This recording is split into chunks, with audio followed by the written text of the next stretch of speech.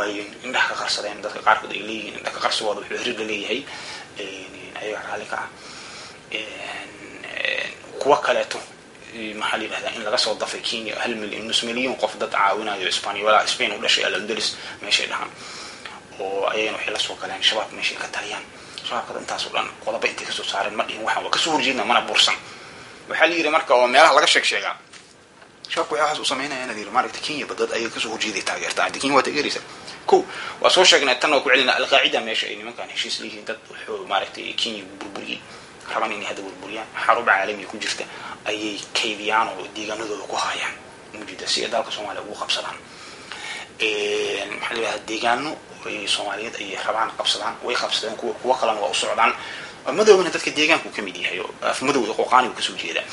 xooga looga saaray iyadoo shisheeyahaasi waxa sala wato ciduu kaashan karo marka kaashanaya Kenya al-qaacida ka cabsanaysa mujid Soomaalida dhexdeeda marka hadii waxa la isku raacin oo la heshiinin oo nidaam meel la dhiganin oo shisheeyaha aan maaragtay dhibaatada nagu wada aan la iska saarin oo dalalka dariska maaragtay aan xiriir fiican la sameeysan dhulka naga maqan wadiiqadii markaas aan ku raacsan karnaa anagoo madeysan hadii taa aan la sameeynin hadii waxay tagaysaa nin walba meesha aan gaartid iyo waxa aad heli karto soo kaxayso laakiin Soomaaliya tagarmaana asoo waa ka aamusanta had muddo marka halkaas kaaga soo sawirmaysa in raalli ka tahay in shabaabka dalku wuxuu ku qabsado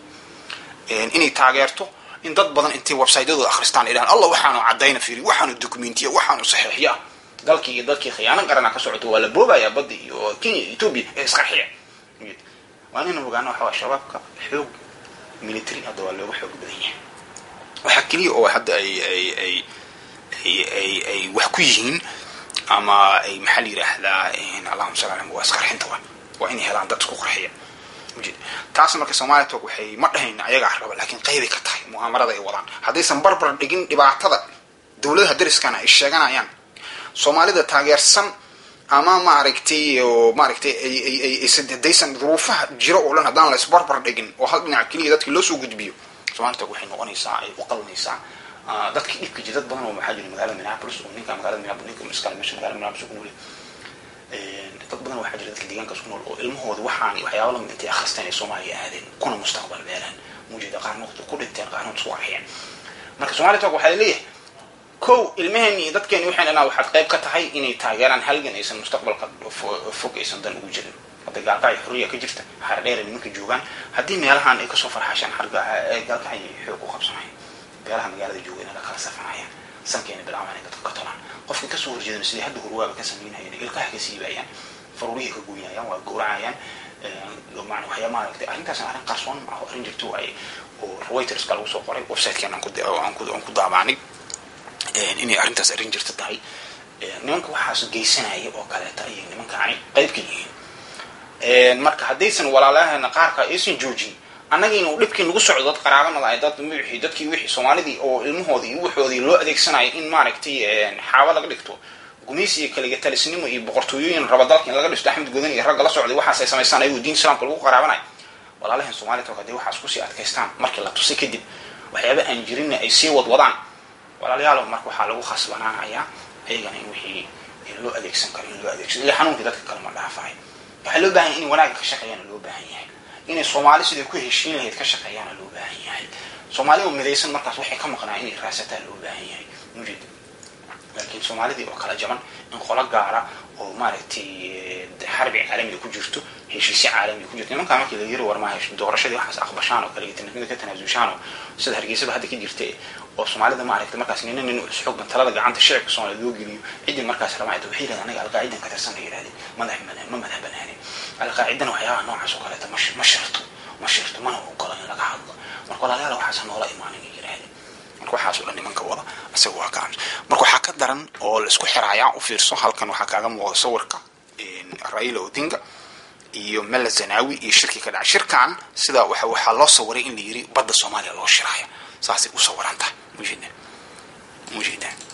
meesha toddobaadkii gudaha Soomaaliya waxa Oslo dalka Norway toddobaad ka hor intii aan ciidanka Kenya gelin gudaha Soomaaliya mujida meesha toddobaad ka hor intii ciidanka Kenya gudaha u gelin waxa Oslo Norway lagu qabtay shir looga hadlay tamarta oo ay ka qayb galeen Kenya iyo Ethiopia mujida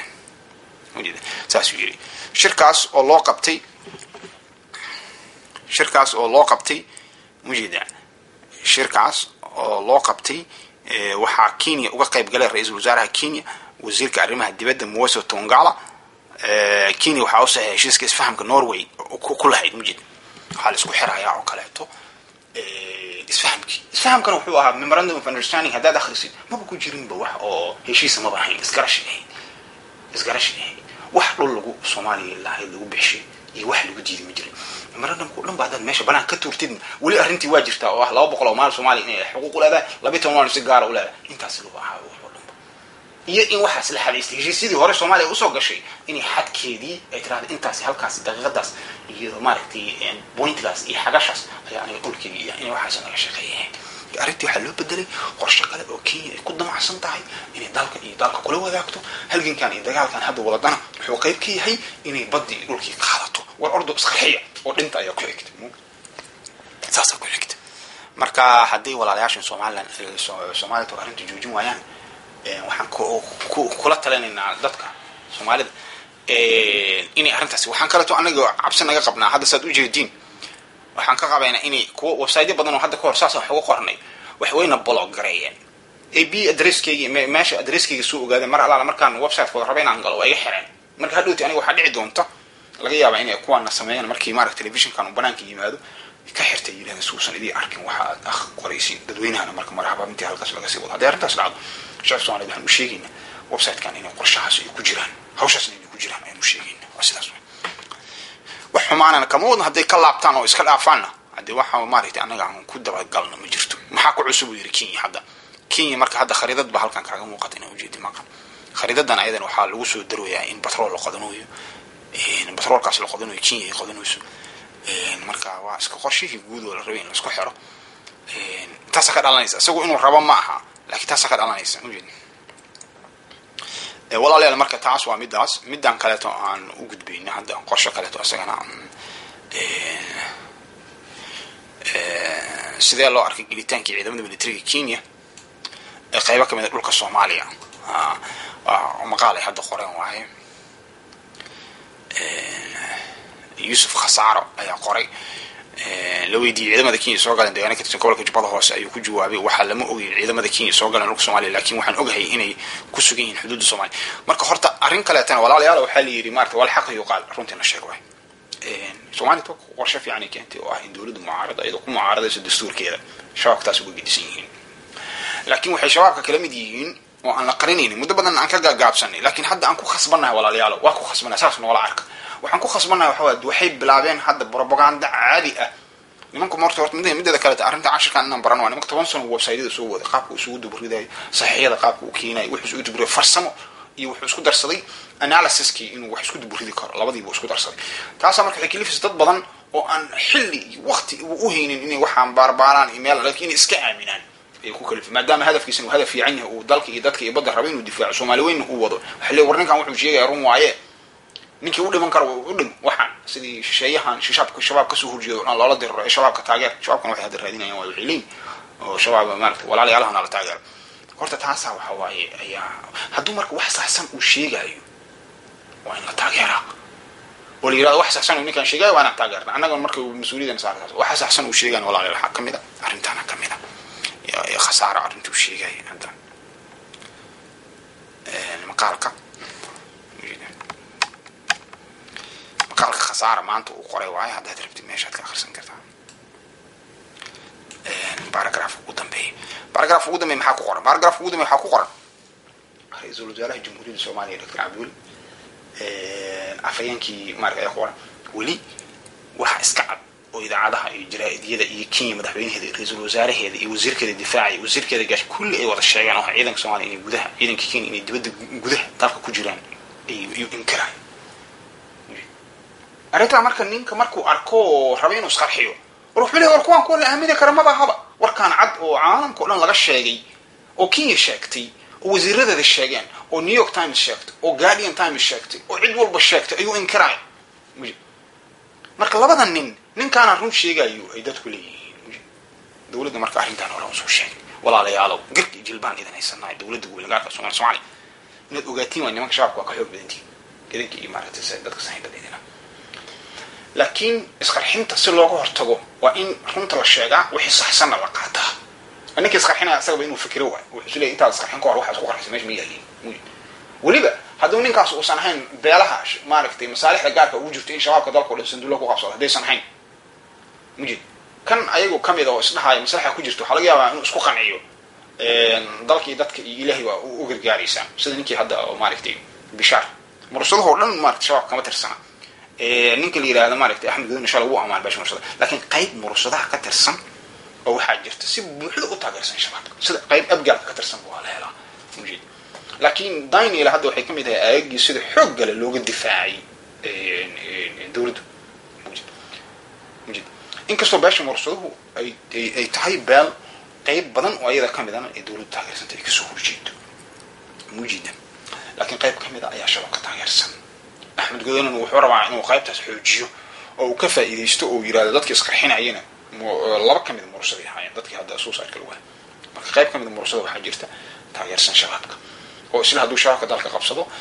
maxaa la yiraahdaa waxaad leedinka dhigayaan qayb kale mursada waxaa jirta in la dagaalanka argagixisada ku jiray oo qanyaro ku jiray oo ayaguna rabay in argagixisada maxaa la shabaabka iyo anagu argagixiso ma naqaan laakiin xadgudbayaan ku naqaanaa in gacanta ka rabay abgaalkan waa laga xalaa waxabarkiitu waa laga xalaa dadweynaha waa laga xalaa laakiin xanta waxaa la yiraahdaa waa qaybo ka tirsan mursadaha si xoog u taageersan dadweynaha qaybo ka tirsan ayaa taageersan halkii abgaalkan waa laga helaa abiya kale tan waa laga helaa afanta marka cadwiligaas marka beelaha aanan ahayn ayagu maslaxa gaar aysan ugu jirin shabaabka inuu sanduleeyo maaragtay shabeellaha dhexe iyo shabeellada hoose iyo mareeg iyo maxaa la yiraahdaa gobolka mudug iyo nugaal ilaa boosaaso tagaan waxaan waxay keenay wafiikum samaacuuna lahum idinka waxaa kamid ah kuwa ayaga dhageysanay ninkan walwal kuma haysan Puntland ka soo jeeda ninka Soomaaliya toog iskale walwal kuma haysan nimanka inay mudug taagan yihiin mar dhow sanka ka qabanayaan ka bacdin waxay doonaan ay sameynayaan ayagoo shisheeye wata waliba shisheeyuhuna ay yiraahdaan war beerahan in qaata badana qaata badda ma dhihin laakiin beeraha qaata ay gabdhahan guursada ku yiraahdaan waxa isaga marka dhib kuma hayso haddaysan dhib ku haynina anagu ma ogin in dhibkaysu in kara anaga saasan aan rahma laakiin waxaan u jeednaa walaalkeen waxaan rabnaa inaan ku baraarujino war nimankan cadow ummadda Soomaaliyeed oo dhan wada leedahay mujid waran la iska qabto war hadda tan la iska qabanin mar waxa imaanaysa aan la iska qaban karin walaalaha marka dhaaf waxa aad wadid oo adigana dantiisu kugu jirin ummadda Soomaaliyeed dad ugu jirin taasoo madana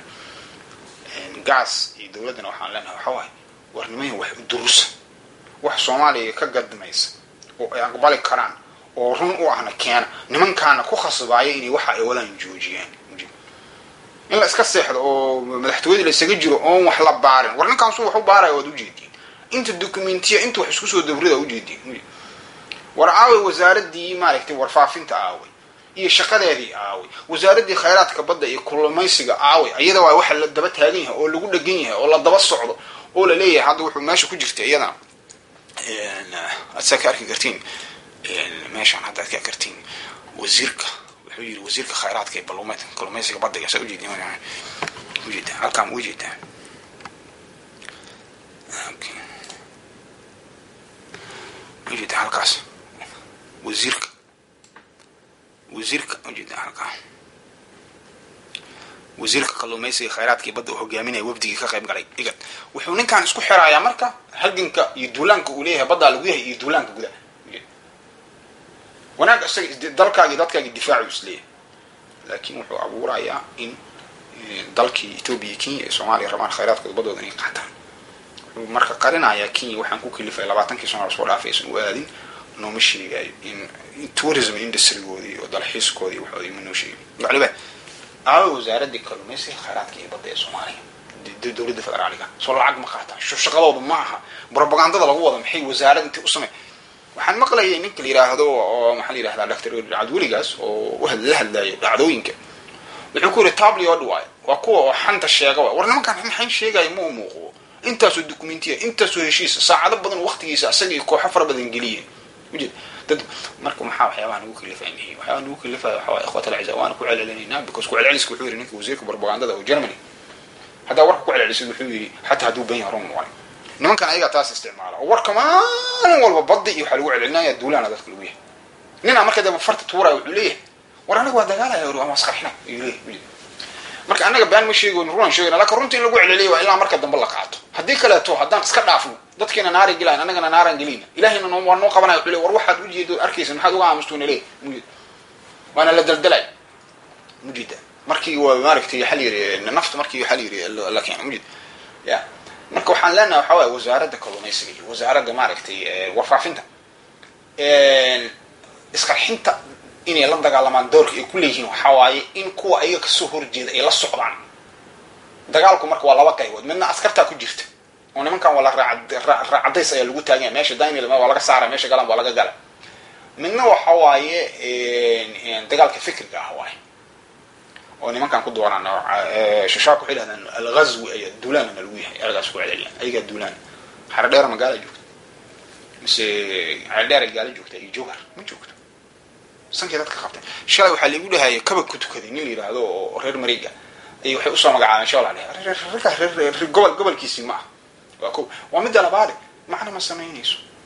nin inaad magacaado nin ka qaadid ya macna ma sameynayso because talada iskama le koox male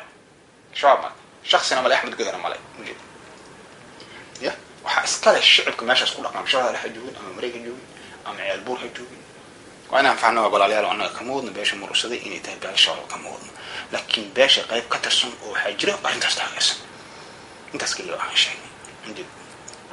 ان قرينا معها بيكوز محل عيدي ارن لو جيدو واي او صح باش مرصدي marka mas'uuliyad saaran waa inay nimankan magacooda iyo dalkooda ku qaraabaan inay iska dhiciyaan oo ayagana gumaysiga gelina anagana gumaysigana wada gelina waa gardaran yihiin باش هوينا ساسو كارتو اي دورك اي قرشي هدا وطانا waxa waxay isleen hawiyaha beelaha oo tabanaya in dhibaato loo geystay isticmaal si aad ugu qabsatiin hawiyaha kale ugu qabsatiin mujartaankana saasa lagu sameyn doonaa idaaradka markii maaragtay hadda mudug la tago iyo Puntland la tago isaaqana saasa la damacsan mujid markii halkaas tagaan mujid bal xaqiiqatan anaga Axmed Gudan walaalkeen waa taageersanahay beesha Arab waagi markaan maqlay aeroportka Hargeysa ka baxsanaa xoog looga wareegay ciyaal wallahi waa ka naxay وكسوه الجذاء ظلمك وحليل إن الله حرم الظلم على نفسه وجعل بينكم حراما فلا تظالم قردروا ما يلشي جوكت لو قابط وين لا قبضنا ما لكن نينكي ما انت وحو ربا انو قرانك كل ابطا سو مغع شباب وتا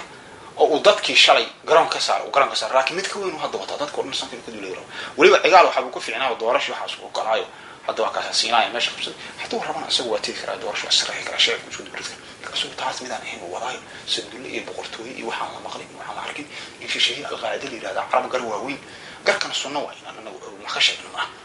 laakiin markii la fiiriyo la leeyahay diin wada waa laakiin xumaan wada waa sidule isan ka soo qabto marka la leeyahay la deerno waa inaan iska qabanno waa mufti marka sidee iska qaban karnaa inaan ogaano waaye taktikada oo isqarxinta ayaa wax ugu weyn oo dalka keenay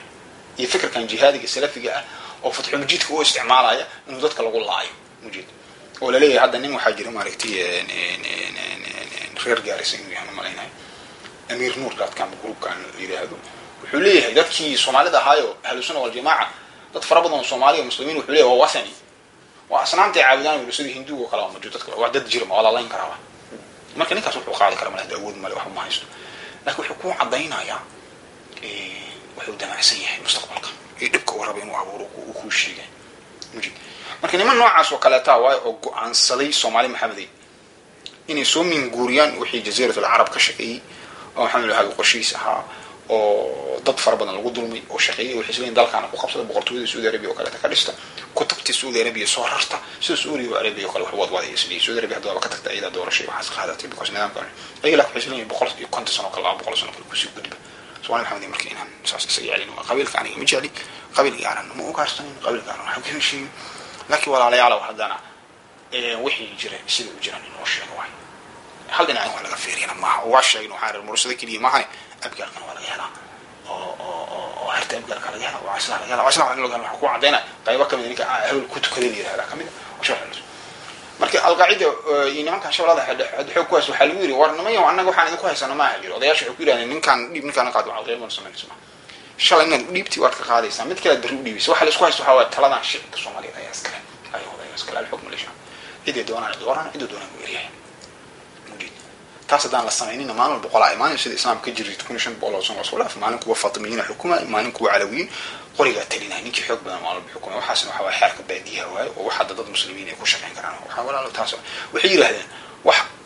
ka baxsan waxaan bixin karnaa weydiisin anaga al-qaa'ida hoostan al-qaa'ida doorasho wax ma oqol xoogan ku qabsan xoogada dalka looga saartiin هذا سيدي إسلامكم تاريخ إسلامك يعبين يسمونه بعباسيين تي فاطميين تي علويين تي أمويين ساس على كوكا قاعدين يجيران وراد واحد واحد دين معه وحيها ينقبل الحكم كوكتر تمايي لما نسبين كان دين إسلامك وروح عن اسكت عفا مركني ممكن نوع عصمين اسكت عنه اسكت حرينه إلا أكيد أن لا إكراه في الدين قد تبين الرشد من الغي ومن يؤمن بالله ويكفر بالطاغوت فقد استمسك بالعروة الوثقى طاغوت إلا يكجوجين إلا غدر له أرنت الصومالي ولا صار عبد الولي قاسي دولدي سأرنت صار المركم حيد الدولد يدولدي سأرنت صار محواي وأرنت عنواي وأحني رنت الشيء ولا يعلم رنت اسك الشيء عبد الولي واقع سمجي يا ولكن عبد الولي واقع صح إنه رنت الشيء واقع مجد يا رنت الشيء واقع مجد قبائل كانوا وكلك غيبسين قال كأي قبائل اللي كلك غيبسين ما كان شو كذا سوق لان قال لا شفنايان قالنا وكسور جيسنايان قويسي جوهر كولان يكي شبل مركب كولان يكي كسماي كولان أو ماركتي مدو اللغة صار يكي باي بكل كولان مثل ما هي ليش جيناي قبيل قالوا وحدنا وإحنا ما مجد يا قبيل قالوا وحدنا وإحنا معها فرح معلن ولكن خير الله سي أو هل كان مقطعا سومالي دي وانا يجوا حاسو ترتمها لكن وهي عندهم حسك بلعب وحور بس كشيء دولتكم اللي قالك اسكو ويرو مجي دولتكم اللي قالك waxa way shabaabka inuu shabaabku weeraray wiilada shabaabka dhibaatada wada laakiin arintaas arin kale ah marka waxaan soo wadno waxay tahay walaalayaal inaan faacno taas waan marka farax macallin wuxuu yiri waa soo dhaweynina yir dawladda Kenya in loo qasbo Soomaali waa lagu qasbo taas uu sheegay shabaab wuxuu mar weydiiyay shabaab si fudud looga saar karo Soomaali wuxuu dhahay xaamisana dawladda federaalka ay u hortaagantahay in shabaab laga qaado talaabo military waxay doonayaan shabaab inuu dalka sii joogo fiiri وintentions waa inay tira qof waxa soo rabaa dan soo ma fiina waana waxa aan la halgamayno akhri adduunna aan rabnaa inta noolna inaan u dhimano oo ah dan soo anaga waa iska xarimay inaan dhaho qofku xumaanta soo wada inaan dhaxno because naara lagu galay adduunyo mid akhri labada laakiin ana tira qofkan wanaagu raba laakiin waxa uu sameeyay ma aha wanaagu raba midoodeegis hada tahlil siyaasi waa arin mabda weyn inaan faano Soomaalidu waa qaabka ugu wanaagsan oo aad qofku mucaarada kartid aakhirada adduunka aan kuugu nabad galayaan ila qofkaas duu wanaag rabana waa basiisay benefit of doubt ali hada wanaag rabana waa waxaad ninkan wanaag rabaa inaad xaqiijisid hadaad weysid waa inaad tiraado waxaan wanaag aan garin inuu raadinay laakiin markii iska hor imaato ninkan aad tiri wanaag uu raadinay waxa uu sameeyay waxa ninkaas aad ku khasbaysaa inuu iswaafajiyo waxa uu sheegay ila ma dhihi karo ninka aan walaalahay aan xumaan raadinay naara rabaa inaan dadkan rabaa naara ingili هذا صاص ولا بدر حتى تفيء إلى أمر الله لا وضع إلهي وكتوس ولا الجهاد موجود يعني ولا لهم معنى بيالها قارقة دون واحد قد بنينه وحنا لنا نقرأ على هذا لكن ولا يعرفون تنا الشباب بيني سوالي واسكو وانت اسكو تاني وكذا بيحكي كلام حوالي دوارشان لا ترتب هذا اسكو حنا نحن سكرت موجود مركب قاب كلوجو أرتاس يكون صورة تقول كرتنا حوالينا الأوجانوا إسقحينتا نمن كاني وحي أسهل يسائل الحقوق قبضان سوالي ولا يشي شيء وطن إسقحينتا وحكي أنا إنسان رحني in marka hore ay ku adkaadaan dhanka fikriga oo dadka u tusaan inay yihiin ayaga dalka iyo dadka diinta waxa difaacay inta kale ka bacdi dadku gumaysi galiyaan duulaana lagu yahay dadka ay duulaan ku ahaadaan Soomaalidu marka qayb waxay ka tahay mar rabta iyadu laakiin waxay qayb ka tahay kuwan dadka dhahaya washaa fiican ay taageero u dhinto isku qarxiya xalay dalka iyo dadka diinta iyo badii difaacayaan kuwan dawladdu kuma gaar kaana qaaraan shabaabku u sameynaysaa waxay ugu sameynaysaa been sheegaysa markaas kuwan waxay bal fiiri ma kuwan hal Amerika marka dawladdaas waxa loo baahan yahay dawladdu kuma gaarka faraal kama daalin ila qiyaam sabab ku celinayna ila inaga aqbalaan waa ku celinayna mujid hadaan ku celin weynan anaga naar ku galay waxa la yiri wala takum minkum ummatun yad'una ila alkhayr wa ya'muruna bil ma'ruf wa yanhauna 'anil munkar wa in takhala wa dadku wanaag u sheeg xumaan kareeban war hadii idinka aad awoodi karna wax u durustaan oo nimankan daba gashaan cid alla cidi taageersan kuwada oo caadiga ah oo Soomaali memo iyo amnur.com iyo kuwa kale oo cadeystay iyo kuwa aan cadeysan labadaba hadaan la daba gelin oo mar walba waxay sheegayaan waa been dhalinyarada Soomaalida ah oo aan rabin in isqarxiyaan oo habeenkii nimankan ka seexan la ayaad badbaadinaysaa hadii kale gurihiina ku imaan idinkana waa dilaan ayagana waa dilaan mujid sirtan waa soo ogaanay ay ugu suurta gashin nimankan inay dadka ka cabsadaan ee dhul badan ku qabsadaan shisheeyaha ay wataan waa ku iyo gantaaladii waxa ay keeneen farsamooyinka cusub iyo kutubta ay wataan iyo fikradan oo istishhaadi isdilka fikradan waxa waa taas fikran uga adkaatay ilmay weynaa isqarxiy ayaguna mar waa isqarxiyaan ila waa min macna qorshayaal kala watay أنا مدي سبحان ربي العظيم قرش قال كلمة وطن وأنا من دون سوا وناجي رادنا يعني لكن وضد يكون رادنا ودخل دموع مجد وضد يخل دموع مركز تستدو ترى ورا سوا فج وناجي رادنيس أي واحد سمينيس هدو سوا فجين واحد ضدك ولا أنا عضو ده تستد هتخافوا لي ما عينيه لا خافوا هالجماعة يميه لا مجد مركز ما حكوا خصم أنا يقول هذا لا إكراه في الدين قد تبين الرشد من الغي فمن يؤمن بالله ويكفر بالطاغوت فقد استمسك بالعروة الوثقى والله يلا هي anigu waxaan ogolaaday in sida hadda kor boosaas ka dhacdo boosaas markii laga adkaaday oo beeligi boosaas degan ay u midoobeen oo ilaa la geeyay maaragtay dhulkaas beesh fursin guriga degto xoog oo Axmed maaragtay Xasan Naar oo soo ku jiri way soo laabteen boosaas ku soo laabteen waxay yiraahdeen jaamacadii waxbarashadii hadda galaan waxay yiraahdeen war anaga nabada ku raadinayna mid ay yiraahdeen saas oo kale hadda loo gelina Soomaaliya xamadi ogaada hadda dadka Puntland ku doonayay fursad ay haystaan waa ku laaban karaan jaamacada ka dhisan waxbarasho ka dhisan horumarin ka dhisan karaan xor waay nidaam kama jiro oo hadda maaragtay oo xabada ila turtuura miino la dhiga hadaan la iska qaban oo sida Soomaaliland oo kale doorashooyin laga dhisin tuulo ila gobol maamulka iyo doorasho ku tagaan cadaalad ijtimaaciye aan laga dhexin hadii laga helo nimankan gooniya loo warsan karaa sida hadda Soomaaliland waxba kama qarxiyaan because dadka shacabka Soomaaliga waa ku qanacsan yihiin nidaamka ka jira Puntland disaas ka sameeyay waxaad ka hormaraysiin caalamka Afrika iyo Asia oo ka hormaraysiin annagana xamar iyo dadka deegaanada qaraabada ka soo jeeda hadaan saas oo kala sameeysan meel dheer aan gaarina dan Soomaaliland laakiin hadii nimankan sida ay rabaan ay helaan مغرب العربي أيام دراسيني وكتب ابن خلدون نكو أخرى 300 كنت صنع إلى أفر الموحدون من الله اللي مدين أو مغرب العربي كي جري 300 صنع إلى 100 صنع ويران وأنا أدير جرودين سندول إيده ودع سبحان الله أدير جرودين المهم إن يكون لندن يكون سيدنا دونان وإن أدير جرودين إن تدخل حجرته أو ياشة أو عقاشة أو ماركت أكونت لا مسؤولية جارة وحكي كسارن تاي هالجين كلام كان أسكرتها اللي يرى أو حب برا أسكر وأسكرت على ما اللي منع ديالي إذا كان علينا ديال دينتينا اللي ذكرها إذا كنت شيء يعني موجود ونين كان لحد جاي نين كان مركز حسين وحس حسين كنت عجار وحس حسين حكم الصومالي تو وكلا هذا إني لهنا دولتكم مركز وحين كريسة واحد غير الضيافة وحاليه وغير المسؤولين واحد إنجيل رئيس وعلو قبطي وزير الجيشان لك على قبطي سوى معركتي واحد جري شيء واحد كراي ذكي وتلفون قدني الشعب الصومالي ما كسب معي ninka isqarx ninka dhalinyarada marka oo minyaad iska jooga oo waxaan walba akhrinay wuxuu leeyahay warniyo waa u jeedaa cid saxsan ma taageertid ayaa ku dhalanayso waan dhalinyarada marka ilmuhu wuxuu ugu leeyahay runta in taageeraan bas uu baxay usqarxay wala la yaraw arintaas soo ogaani arintaas dad badan bay ku dhacday hooyooyin badan bay haystaan qaraabo badan bay haysataa dalkii iyo dadkii halaag iyo gumaysi u horseedaysa in waxa loo baahan yahay wax laga qabto ma ibanta malani sidaas oo walaalayaal فارح معلنا وحن كل هلا ولا لو اسكده وحيل مدح السريع دولة مرجع ما ليج أسكت دجال مس وحيدونا يعني إني هلا العق فرق بدن ما دونا يعني وضن قدنا وضع وصول ما فينا واحد كان واحد على دولة مرجع كفارح معلنا ولا كي وجعله تذكرت كل جعله وركي سنة رجع سنجري لكن هذا واحد يسوي بعد فرح معلنا ووضع ذيك الهري ما كنا حنا ولا لو اسكت عف وحسن عرف الجوها كان هي برساس وحرواين ترحي قفك intention سكيس لا يعلمهن إلا الله إلهي ما نعد كلام وجان كر قفكم على الله نحكم بظواهر والله يتولى سنة واحد هذا كويس ترى لما كان ما الهبلي تاريخ العقد أنا سوقش العقد أنا ثاني الجديد جد وتو بس وحال والد بقي كرا واحد هنا ورنا نقول شيء هم لكن ده ترى هذه فرح مع إنه حواي وساس وربع هذا له هذا ناركم جلي فرح مع إنه حوك إحنا قصني هذا له NFD أي حوك لوجه هيستا مرك كينيا أنا كمسه هرجسين كرا مرة هي كينيا على الرواء إلا ويرر مرك ما يلاك لو أنت هذا له ناركم جلي ولا أي وقتها حوجة واحد ما أقول الشيء لكن ما هنا الشيء إن بعد ظن إثم وحوالي المرح خرق والدمر دمر كيس وانا هو يخاف إلهي ياخذ هو يخاف إنه أحيانا ما حصل لك وقاعد تدوي وفهمت ما يعني أشد أصوات